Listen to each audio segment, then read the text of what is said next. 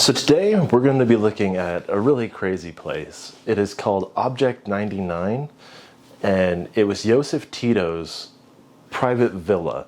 And the way Yugoslavia used to do things, whenever they had a classified or confidential building or project or something, they put object in front of it. So it was object and then a number, and that kind of showed what project it was, or what asset it was for the Yugoslavian government, which was mostly just Josef Tito's playthings.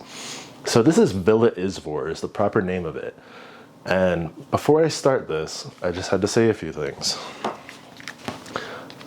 I used my GoPro Hero 8 to film this, and normally the stabilization on the GoPro Hero 8 is pretty good. But for some reason it didn't work very well in Object 99. So, apologize for the little bit of a shaky video. Also, prior to going to Villa Izvor, we did the Plitvice Lakes National Park, and I did a bit of filming there. So at the absolute worst possible time, my last battery died.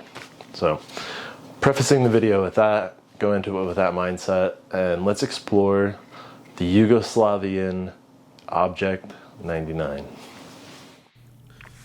In the forest hills, 3 kilometers from the Plitvice Lakes National Park, stands one of the summer residences of the former leader of the Socialist Federal Republic of Yugoslavia, Marshal Josip Broz Tito.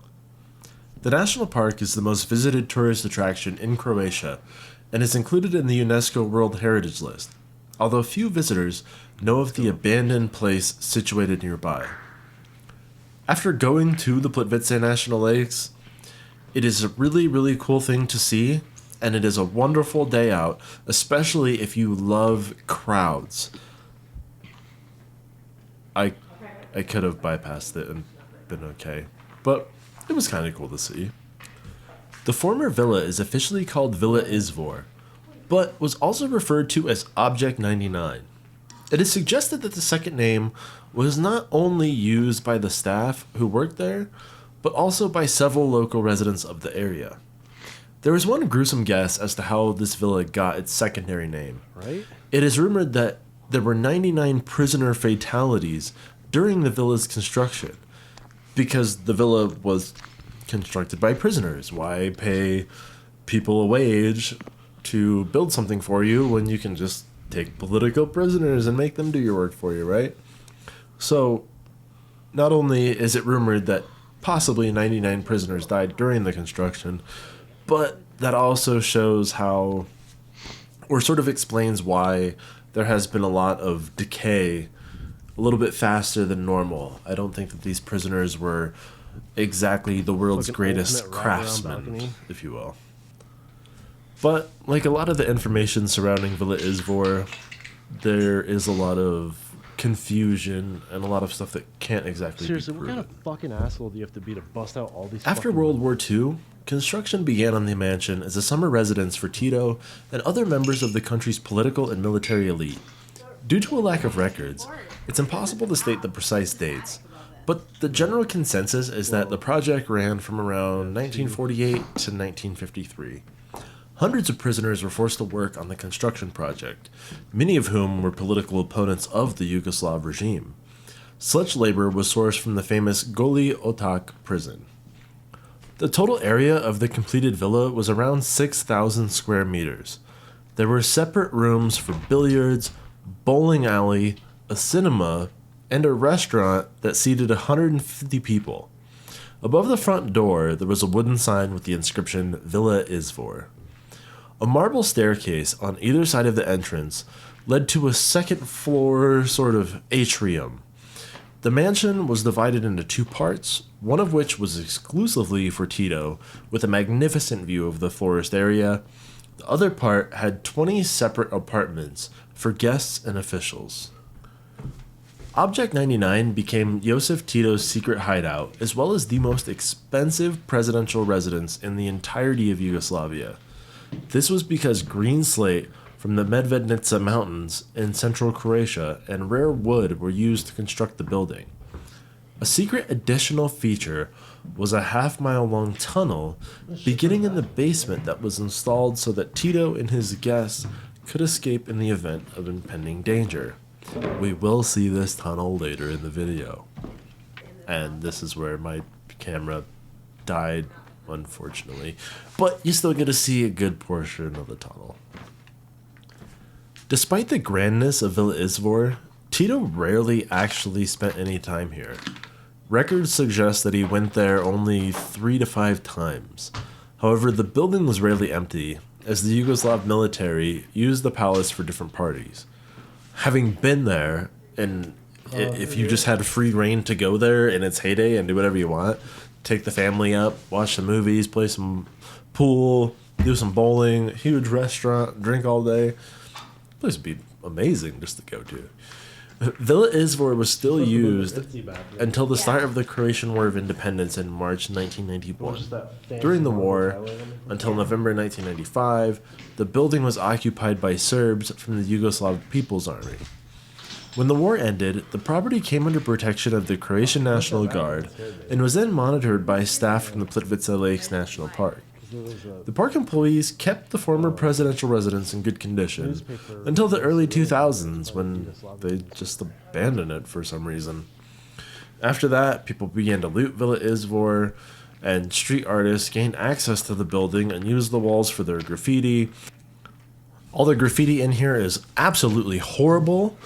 It totally ruins it, and people spent a lot of time breaking every single window, which just pisses me off to absolutely no end. It's the worst thing.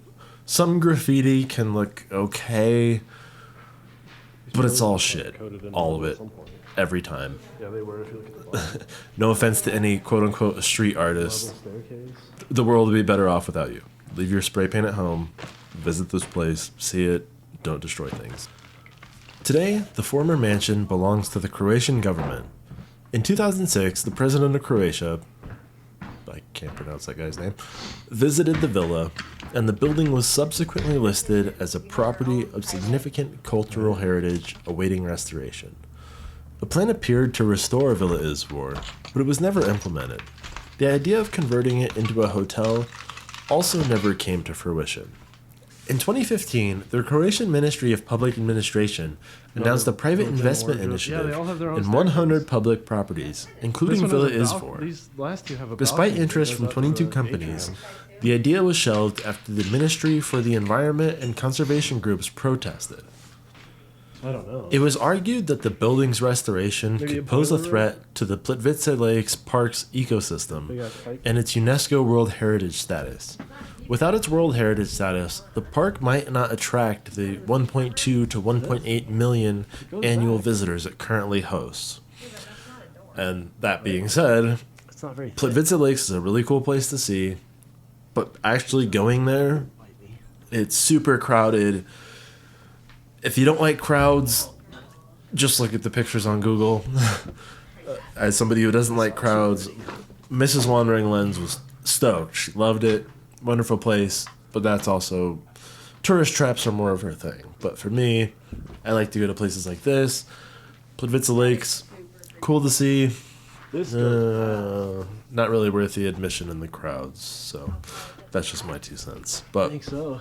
Villa Izvor is listed on Google Maps, and in the article that I got a lot of this information from, it says urban explorers report that the road leading to it is in good condition. Incorrect. The road leading to it is in okay condition. There are a lot of parts where it's in good condition. There's a few parts where it's not in good condition at all. However, if you're doing like a motorcycle tour or something like that, you'll have absolutely no problems. Behind you? There's nothing left of value left in Villa Izvor. The building itself remains impressive, though. It has rotting floors, crumbling walls.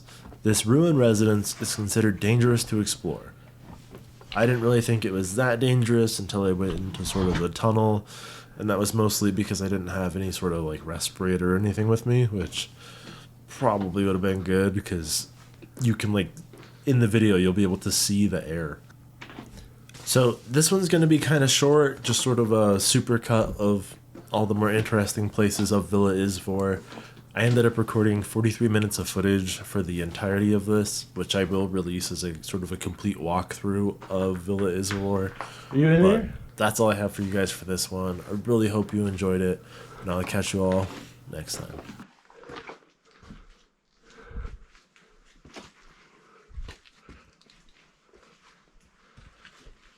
Well, I'm not very far.